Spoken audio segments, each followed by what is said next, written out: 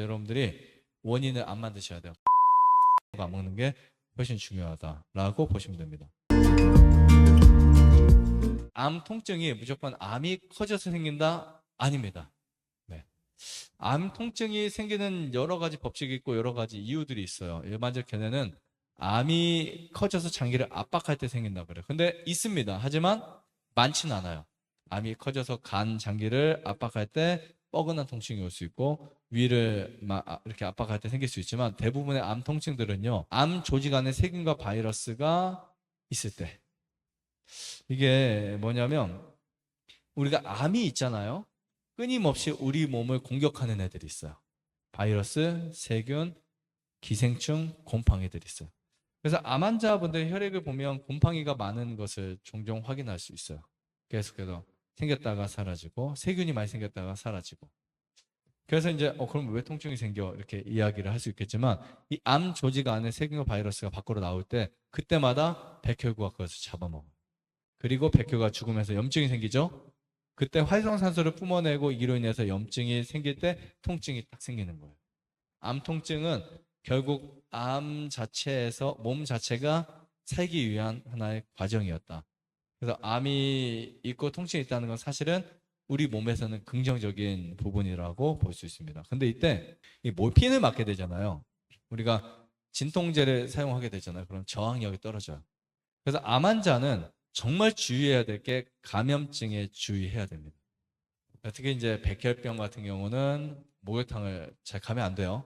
뭐 가도 되긴 하겠지만 주의해야 돼요. 가는 거 괜찮지만 주의해야 돼요. 그러니까 감염되지 않도록 최대한 주의하셔야 돼요.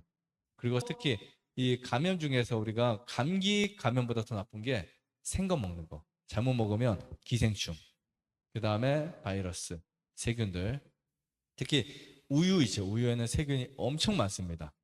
우리가 우유를 살균한다 하더라도 세균이 어마어마하게 여러분이 상상할 수 없는 몇십만 마리, 몇백만 마리가 들어있어요.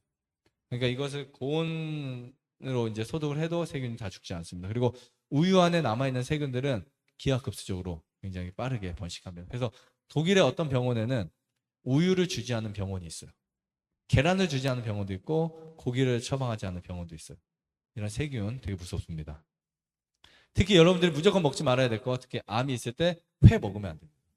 회를 먹게 되면 정말 위험할 수 있어요.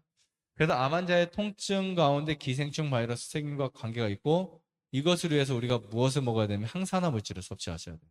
소금이며 프로폴리스, 그 다음에 좋은 식품들. 생것을 먹더라도 생것을 적게, 그 다음에 유기농으로 드시는 거 추천드립니다. 암 환자가 회를 먹으면 어떤 일이 생길까? 이 암을 잘라서 현미경으로 관찰하잖아요. 그럼 그 안에 림프구가 가득 차 있어요. 암 조직을 잘라서 보면.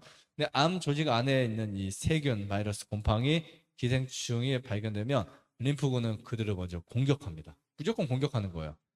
근데 암을 공격하는 것보다 얘네는 지금 더 무엇을 먼저 공격하냐면 지금 세균, 바이러스, 곰팡이들을 먼저 공격합니다. 회를 먹는 경우에 심각한 위험이 발생할 수 있어요.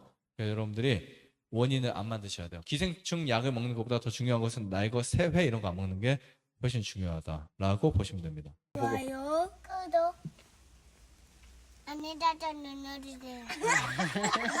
눌러주세요. 눌러주세요.